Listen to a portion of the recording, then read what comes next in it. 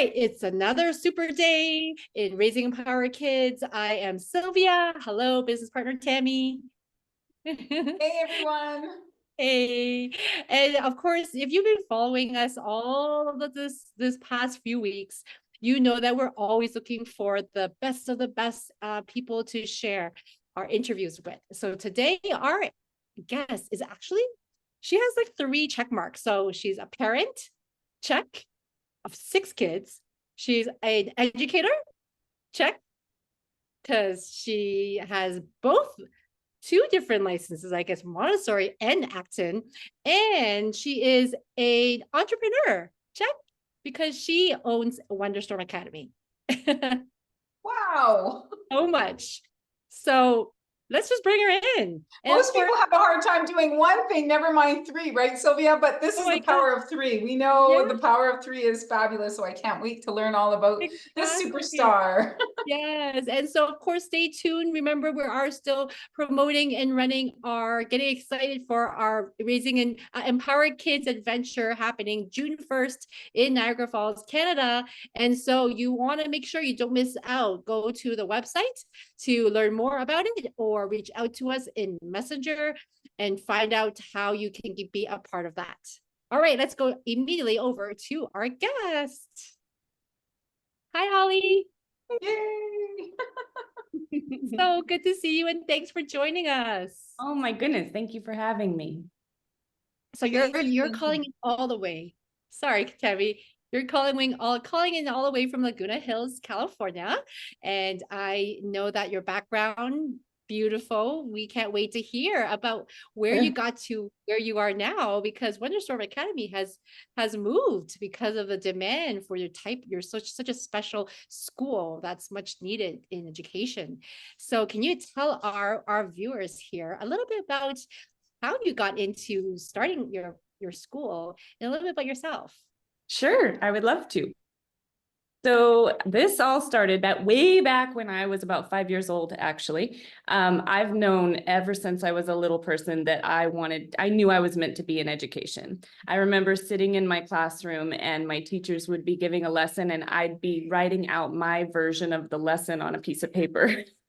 And I would always beg my sisters to play school. That's all I ever wanted, to play with them. So fast forward into adulthood, I really did not have a great experience of school. I actually had a very traumatic experience of school. I exited high school with the belief that I was mediocre. I wasn't really going to add up to much in life, and that learning was very challenging for me. Then I got to start college and I fell in love with learning. And I fell in love with learning because this was the first time that I got to have personal agency over what I was learning. And it was the most incredible thing. In fact, I remember telling my husband, if I could get paid to be a student, I would be a student for the rest of my life. And I'm committed to being a lifelong learner. And I'm also committed to being the change that I wanted to see in the education system. So I became a mother and I wanted to continue my education. And with that, I got to enroll my children in school. So I went on this long search. I think I toured over 40 schools. And every single school that I went into, there were things that I liked, but there was a lot more that was troublesome and that was really making me worry that they were going to get more of what I experienced in school. So the closest thing that I was able to find was Montessori. I fell in love with Montessori. I found a school that felt like a home away from home for my child. And so I had enrolled him. And I was one of those moms that never wanted to leave. I just wanted to stay and ask all the questions about the philosophy and how all of the learning works. And I was just so taken by how immersed these children were in the learning process. And for the first time, I saw that learning can be fun for these little people. The foundational skills that get to be developed can actually be enjoyable. And so I ended up going and becoming a Montessori directress. And that really transformed the way that I see education, because I learned how important tangible experiential learning really is for developing the mind. Then we had the pandemic happen. So I had ended up working at a Montessori school where my children got to really have my two oldest got to start when they were just little, and they went all the way through the program, which ended in 8th grade. It was the most beautiful 10-year experience where I got to have my own class and see what that was like to be in a Montessori room. But I also got to see where there were limits, where there were holes in the philosophy. And I am not going to bash Montessori in any way, because I absolutely love and adore the philosophy. And I believe that we get to evolve everything that we do with time. And we get to bring things in like technology and AI and all of the things that our society uses every single day. And if we don't teach our children how to use these things in a smart and intelligent way, they're going to be lost when they're out in the world as an adult. So I knew that it was time to evolve beyond what I was doing in the Montessori classroom. Well, at this time, this was when the pandemic happened. All schools got to close their doors and education got to shift in a really big way. So I believe what happened with the pandemic was that a lot of people got to see behind the curtain, and they got to really see offered in schools and make a decision. Does this line up with what I want my children learning? Does this line up with the experience that I want for my child? For me, that was blatant no. This is not the type of learning experience that I want for my child. Certainly not on a Zoom screen, but a lot of it was parents were finally seeing the content that was being shared, and they were seeing the delivery methods that were being used to teach that content. And very quickly, they decided, this is not what I want for my child. I'm going to look for something different.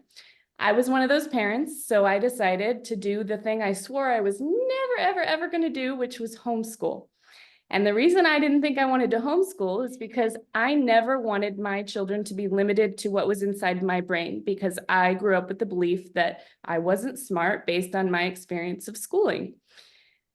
I was so wrong about homeschooling. Homeschooling has evolved into such a beautiful, vast amount of resources.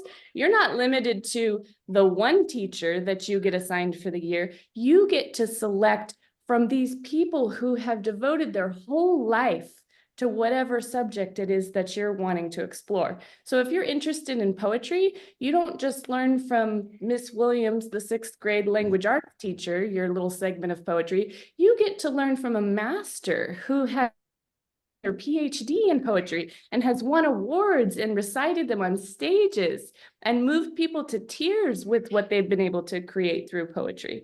So it really opened my mind to, there's so many different avenues that we can take when creating a child's experience of learning. So what I decided to do was, because what wasn't working for me in homeschooling was the lack of socialization, the lack of accountability. You get to have a community when you're a young child and you're developing. You really need to have a space to develop your social skills. So I was seeing that my children were lacking in those areas. So I decided that I was going to start a micro school. So I started looking into what goes into starting a micro school, and I came across Acton Academy. So Acton Academy is a network of schools that is accredited. There are over 400 of them, I believe, worldwide now. And it's just this groundbreaking approach that, to me, was the two pieces that I just mentioned, the importance of hands-on experiential learning that I really got to see through Montessori, and then the vast amount of resources and learning from masters was the approach that I was seeing in Acton. So I decided that I was going to create something that blended both of them. And Wonderstorm Academy was born. That happened about 3 years ago today. And we started out so lucky. We had a close friend that heard our vision for a school and had offered us to share their space with them. They had a music school nearby here. So we went and just took a leap of faith and started. I remember it started with one Costco folding table, literally had no other supplies. I had my first family come and they said yes, and it has been magic ever since. We just about 90 days ago moved from that building into our own 10,000 square foot building in Orange County, California. It is amazing. This is our dream facility, and we currently have a wait list to get into the program. Holly, can you turn your camera and take a look? This is your office, isn't it? This is my office, and I love it. It's a dream office. Thank you. Wow. Can we just say how proud we are of you and what you accomplished and what you just shared right there? That was just, I was just on the edge of my seat listening to you every moment, and I identified with so many topics. Like, from me too as well. I struggled through school. I was called learning disabled and dyslexic, and I didn't really find my joy until I hit college and went into early childhood education, and psychology was like my superpowers, right? Like I was super good at it, 98%.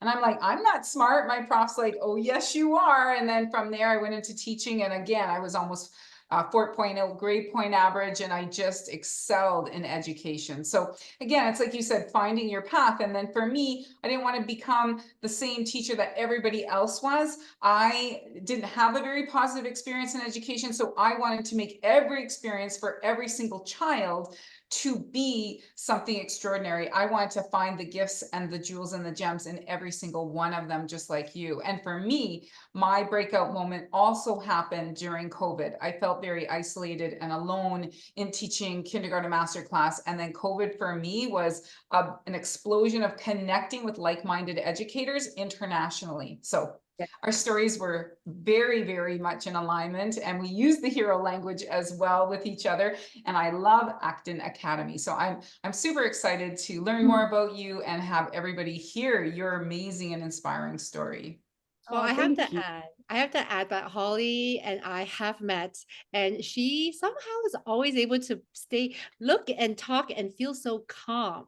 But I know it's not possible with 6 kids at home, all these girls at school. You're never alone.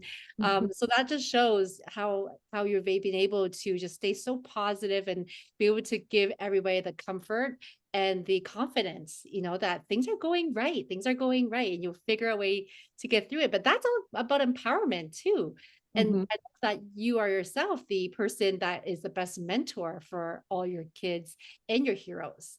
So that to me, I think is a really, really great time to ask the question of, the empowerment. Like, why was empowerment so important to you in teaching all the heroes around you, including your own, at such an early age? And how has that made a difference? Sure. I think really this something clicked in me when I became a mother, because what I was witnessing was there were children who would look to their parents to have everything done for them. And then there were the children who were able to do most of the things that they needed for themselves. And I think this also came from my training in Montessori. Was most of our focus is in allowing them to develop autonomy. The more that we can empower them to be successful independently, more that we're preparing them for life when they don't have an adult following them around and doing everything for them. In fact, I say to my kids all the time, when they'll ask me to do something that I know they're capable of doing without me, I'll say, what's going to happen 20 years from now and you need to flush the toilet? Are you going to come and knock on my door and say, Mom, come over, I need you to help me flush the toilet? You're not always going to have me there. So I get to prepare you for the future so that you can be successful without having an adult right there by your side. So I just believe, I've known that from a very early age with my own children, that it is my duty to equip them with those skills so that they can lead a successful life. Can I just say, Sylvia, too, like when you said that Holly is very calm, that's the reason I would like to refer to the connection, because when you're empowering your children, you have 6 kids, and then you go to school and you're teaching all these children, if they all needed you, you would be a basket case and you would have no energy and you would be like running around like a chicken with your head cut off. But when it's like, for me too, I have over 25 kindergarten children, but they're all little leaders. Every single one of them are little masters. They all lead in the classrooms. And I just want to share a quick story, my transformational story, before we invite you to share yours. But my little guy who's autistic, First day of school, screaming and yelling so bad that I was doing my meditation with all my class, and they were sitting there quietly. My principal was watching, and he was very concerned about the situation. And he just looked at me and kind of walked away, and thought, almost good luck. And today, this little guy, little autistic boy, because our classroom was such a calm learning environment and all leadership, environment, this little guy went to the very front of the class and actually led and wants to lead the meditation every single day. So we don't have children any longer that we have to, be around. The EA is not even there available because, she's able to meditate with the other children because he is in his power and bringing the calm and in that leadership role. And it's so magic. So for all the children, they are so calm and independent, and they feel so proud and so good about themselves when they can step into those empowerment roles. So, if you want to be a calm teacher, empower your kids. If you want to be a calm parent, empower your children. So this is the answer to calm and living a peaceful and harmonious life. Absolutely. I don't remember where I heard it from, but I remember being told this story. As a mother, maybe I'm just odd in this, but I have a particular way that I want the dishwasher. Right? Like in my mind, the cups go in one place, the plates go like this. So when it was the first time for my two oldest children to start taking on the role of loading the dishwasher, there was just panic in my head and in my being as I'm watching the way that they're loading the dishwasher. And I'm just sitting there thinking like, no, that's not the way you do it. But if I sit there and micromanage it, it's no longer them being autonomous and having their experience. So I really get to step away and give them the space to figure it out. And I can, of course, lean in and give some coaching, but they get to figure it out. I figured out my method somehow, and it's my method. And there are so many different ways that you can load the dishwasher. But the whole concept of stepping back and giving them the space to figure it out, just like I was given the privilege to figure out my way, that was really a huge shift for me. That's relatable, because the dishwasher thing, I am like that too. But you just let them unload it and see that those dishes don't get clean. And then next time they'll figure it out. Oh yeah, I shouldn't do that. Natural consequences. That's a really good point. Daily chores is such a big thing that we don't even notice, but I think most of the moms get very not calm or opposite of calm, because there's so much to do. And so we don't just live in our own space. We all live in the open spaces. So that's a really good start, is just taking care of the home, taking care of the family. Yeah. Yeah, and I love this so much because we think of helicopter parenting, we think about, narcissistic children, entitled children. Let's face it, none of those environments are fun to be around, right? When nobody wants to be around those children that are demanding, those parents that are stressed out, strung out, and are the type A personality. And the thing is that it creates so much stress and anxiety everywhere. So, it's about putting those habits, those giving them the empowerment at the very youngest of ages, so it just becomes part of who they are, part of their identity, part of the role of everybody working together in collaboration. And then it's like, if everybody helps, and I would do these in the classroom, I'd throw beanbags all over the class, and I'd say, okay, one person go and pick it all up, and we're waiting.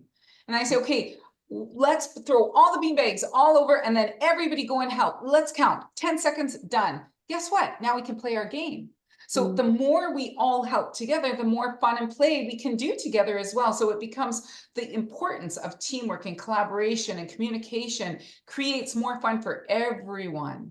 It's a lighter load, right? For the parents, for the teachers. And I think it's a hard thing for teachers to let that go, right? Even teachers, I see them, right? It's the hardest thing for me when I teach kindergarten master classes, say, please don't micromanage them. They are capable and competent. And we trust that. So we give them the space to move back. But that is so hard for teachers. They have to control everything. But it's like they come in and they're in awestruck of the classroom, of when the kids can do it on their own and they are leading their own activities. So I love this conversation. So much fun. Well, Holly, can you share a little bit about that, since Tammy is talking about teachers? I know there's a little bit something different from at Wonderstorm that's a little bit different than teachers. Yes, that was kind of what was coming up. So I appreciate you leading me there. So we do not have teachers here. We have guides. We have a lot of shift in the language that we use, and it's very intentional. We're trying to create, we're not trying, we are creating something vastly different than what is currently known as the education system. And so with that, we get to really come up with our own model that comes with our own terminology. So one of those pieces is that we do not have teachers, we have guides. And what that looks like, a guide's role is really to prepare the space so that it is safe and set up for the children to have a successful experience. We get to make sure that the space is beautiful. We get to make sure that the space is engaging and that they actually are interested in the things that they're surrounded by. The other thing that we get to do is we get to be their coach and we get to be their cheerleader. So we come alongside them and we help them stay on track. So all of our heroes are goal driven. So they set daily goals, they set weekly goals, and as they get older, our middle school and our Launchpad program, we have session goals and even annual goals. And so with that, sometimes the younger learners, they might lose sight of their goals. And as a guide, we get to come alongside them and use the Socratic method to ask them questions that will guide them back to where they are aiming for. So one of the really powerful systems that we use to empower our heroes with our guides is we have something called 3 B's before G. And that means that before you come to a guide, which is the G, you get to use your brain, which means sometimes they'll come to us and say, can I go to the bathroom? I don't know, can you? we don't need to ask permission to do the things that our body gets to do to be a human. So they know that they have the freedom of movement if they need to go and use the restroom. It could be something as simple as, where does this book go? That's not really something that we need to ask somebody. If we really just think about it, we can figure out where the book goes. So using their brain, using their buddies, and that's because we have in this day and age, we have a lot of people who have developed social anxiety and they hide a lot and they have hindered their ability to use their voice. And so, and from that comes a lot of hiding socially. And so through this is stretching them into gaining confidence and using their voice to solve their problems. So if they are unsure about how to solve a math problem, going and asking a peer who's at their same math level or higher could get them the result that they're needing, and they don't ever need to go and ask an adult for support, which then empowers them to feel like I am powerful enough to source the solution to my own problems. The third B is we call it books, but it actually represents their Chromebook as well. So if they can go to Google and ask a question, if they can, look a video up on YouTube, whatever they could use as a resource in a actual tangible book, or their Chromebook would be the other 3. Once they've exhausted those 3 B's, then they get to come to a guide and ask the question. So the first thing they're met with when they come to a guide with a question is, have you used your 3 B's? And when they say yes, they've used their 3 B's, they'll then ask the question to the guide, and then the guide will respond with a question. So they're never going to get a straight answer from the guide. And that is because we are getting away from the model that the adults in the room are the all-knowing figures and that all information comes from them. Because that's the opposite of empowerment. I love that. That would be the biggest difference in how we show up as guides versus teachers here. I love it because your transformational story really is about reimagining education. And what I heard and what I've been able to do with Kindergarten Masterclass too was restructure a new language, create new ideologies. So we call them master students, master teachers, that we're all master students and we're all master teachers because we're all learning. And we have animal guides. So those are our guides, always guiding us on our quests and our adventures and the same things. But language is so important, and giving children the autonomy and the referencing them. So for us, we call them your super brain. So I would say to them, use your super brain or use your super eyes and look around, and you find out find the solution yourself. So, and I also love you use the power of 3. Because those are things that they are able to remember and they can go to them and assess them for themselves. So I absolutely, hands down, am in alignment and love everything that you're talking about here, Holly, because you speak my language. We make learning fun and enjoyable, and it's just, we're on the same path. We must be tapping into the same universal energy for sure. I know.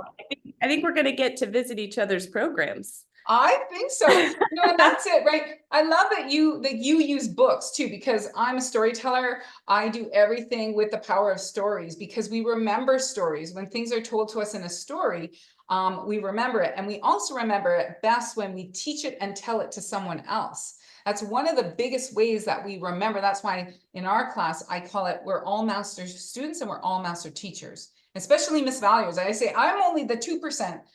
Genius. I said, you guys are the 98% geniuses in the class. I said, I've lost my genius. When I went through the regular school system, you guys are growing yours even into bigger capacity, and they love it, right? And the other thing I love is the mentorship. So I do a lot of mentorship at our school, where we take the older students and we mentor them with the younger students. But usually it's my students that are the master teachers for those older age groups, because when they come in, they're looking at my students and they're like, we are not quiet like this, but they're like in awe of my class, right? And I'm like, oh, they're master teachers. So I love that you've got the same strategies. And I'm in a traditional school system, so I had no choice but to try to find alternatives and to create language, because I didn't get the full autonomy that you were able to build a brand new ship on your own and reimagine it. I had to reimagine my own program in my 50-minute block to go in there, but the transformation, the language, the results were identical. So that's incredible. Well, I love that there's so many similarities. Can I ask, for your guides, is there a tool that all of them use when they teach or guide during while the heroes are in school? Is there something that they all use, or something that represents? I mean, definitely the Socratic method is a huge one. We always lean on the Socratic method. We also we use a lot of 360 feedback. I'm not sure if you're familiar with that concept. It's a warm, cool, warm feedback technique. So as young as, we don't really do it in our, which is the Montessori 3 to 6-year-old group, but more in our elementary, we start using the 360 feedback, because the way that we can develop and grow is when someone holds the mirror up for us. And it takes a lot of courage and power for somebody to be willing to share things that are uncomfortable to share, especially with a friend, especially when you're young. And so to get them into that practice, I keep looking out my window at them as I'm talking. So to get them in that practice at a very young age makes it a life habit. And then by the time they get into middle school, into high school, giving their friends feedback to help shape the whole tribe's experience is easy. You got tribes too? Did you do tribes? Yes. I did tribes in university. That was my first training, was tribes training. And how amazing, because I came right out of university, and that I used tribes from all the way out. So my background was Waldorf education, early childhood education, art specialist. So I use the arts a lot as well, and primary specialist. And then my degree was psychology. So all personal growth and development, and all using like self-regulation and the zones of regulation and things like that for helping children. But oh my God, so much. And for me, coaching, because I've got my coaching background too, is creating that safe space. Like you were saying, you can't get children to open up with each other if they don't feel safe first, right? So safety is the first place. And so in your toolkit is the mirror, right? Yes. And we always start with warm only. So we do a game called The Gifts I See in You.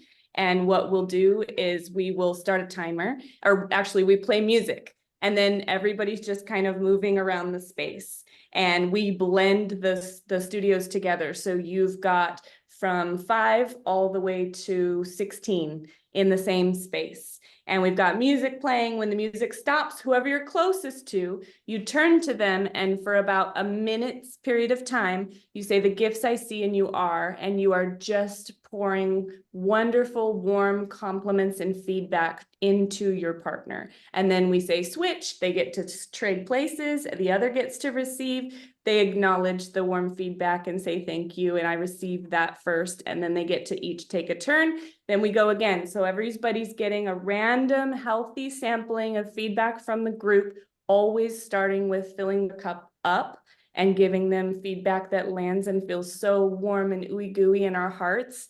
And then we slowly ease them into, and when I say slowly, we will start with the group around September with warm, and maybe by about December, we start getting into giving them cool feedback and noticing what lands and how we get to shift in the way that we're showing up in our ways of being, so that we can really take that feedback and transform into something that has us showing up more powerfully for our whole tribe. Wow, there's so many commonalities. It's unreal. Like we do teach and tell or tap, turn, talk, right? So those are different things that, you know, give the children the language and the autonomy, sorry. And then the other thing we do is like high-fiving. So we do I rock, you rock, we rock. And then we do find different secret codes to do like a high five or a foot shake or things like that. But part of it is exactly from the tribes is getting them to socialize and getting them out of their comfort zone of always sticking with the same friend. So I will do a bell and I tap the bell and then I say, find a new friend. And so they have to go always and turn and tell a friend or turn and talk and do something, an activity where they're always finding a different person. But again, it helps to bring everybody together. It helps them all start to feel connected. But that was all my tribe's foundation too. And it was such a powerful training. It was short. I only did it for 2 weeks, but honestly, it's laid the foundation for everything I did with social and emotional intelligence. I want to go to your school, Holly. I know, right? My goodness, Holly, I want to do a workshop with you. Do it. There's so much going on, and there's so many brains turning different areas and interests.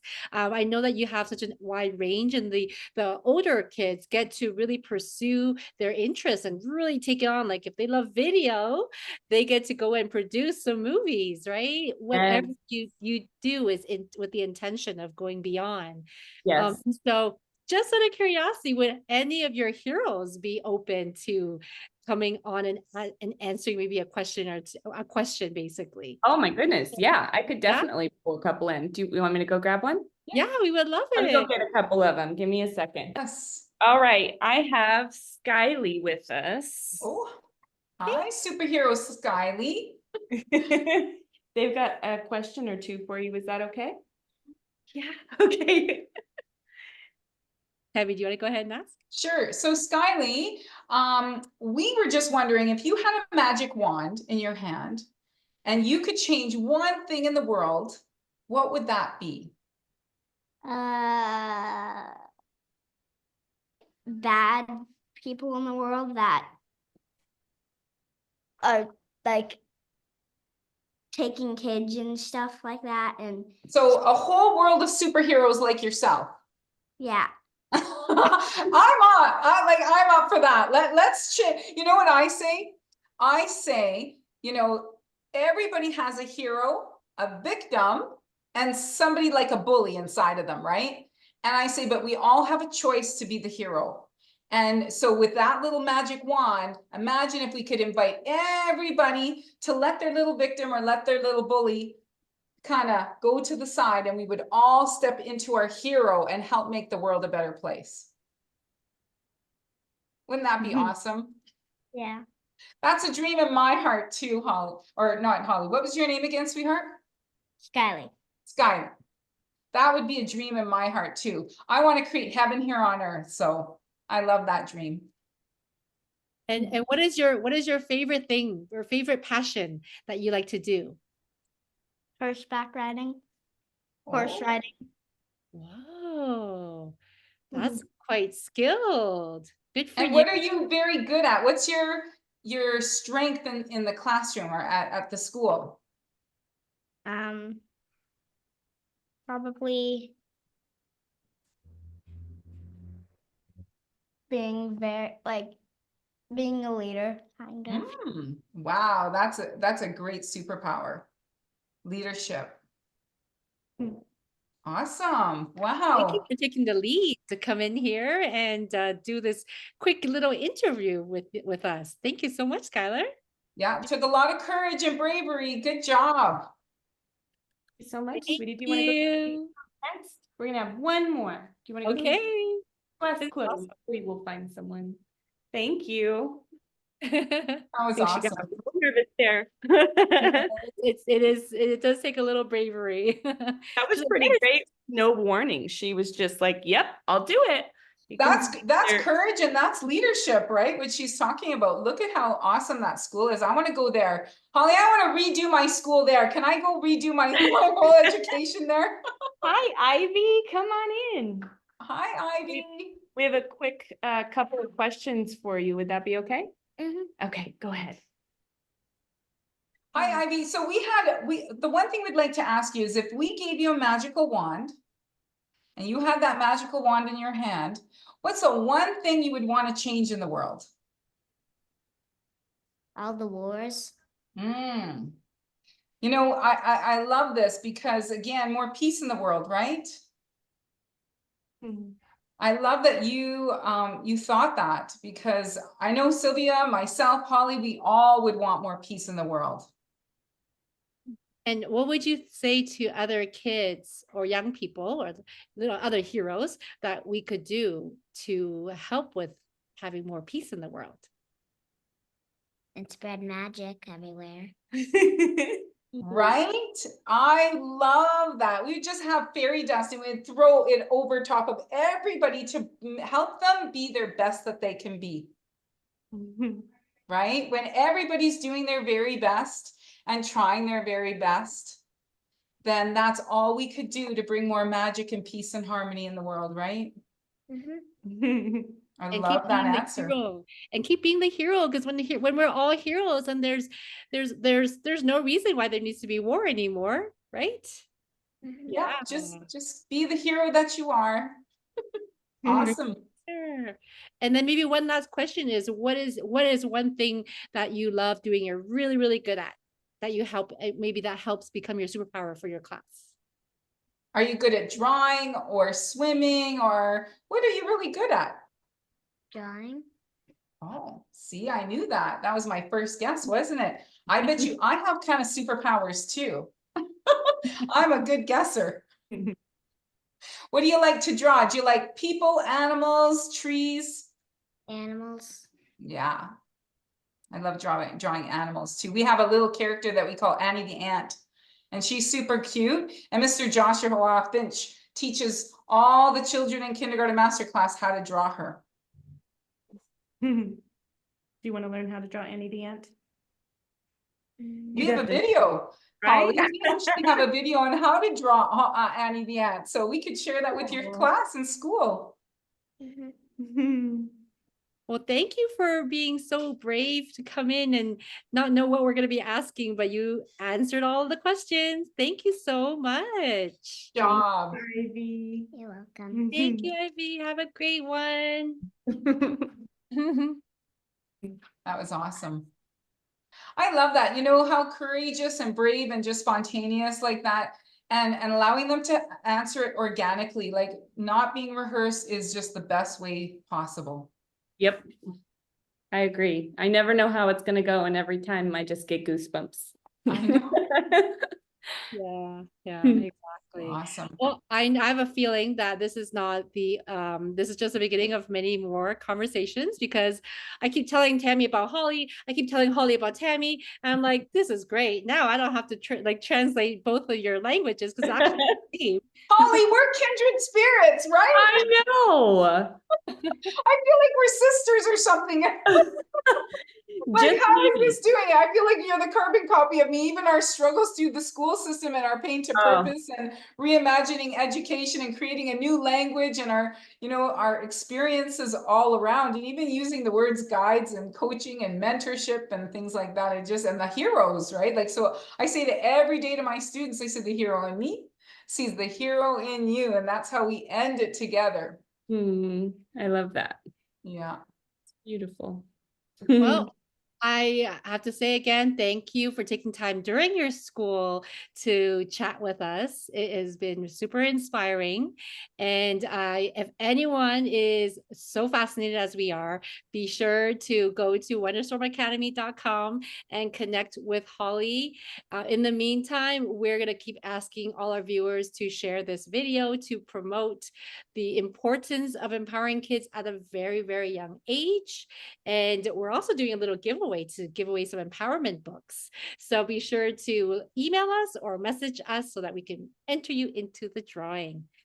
Fantastic. Holly, thank you again. I can't wait to see you soon. Yes, just a couple Couple of weeks, we're doing a little meetup with a lot of mompreneurs. So that's going to be super fun.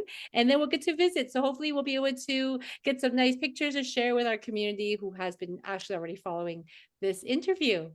Awesome. Thank you, Okay. ladies. It was a pleasure meeting you, Tammy. Yes, pleasure, all mine. All right, signing off for now.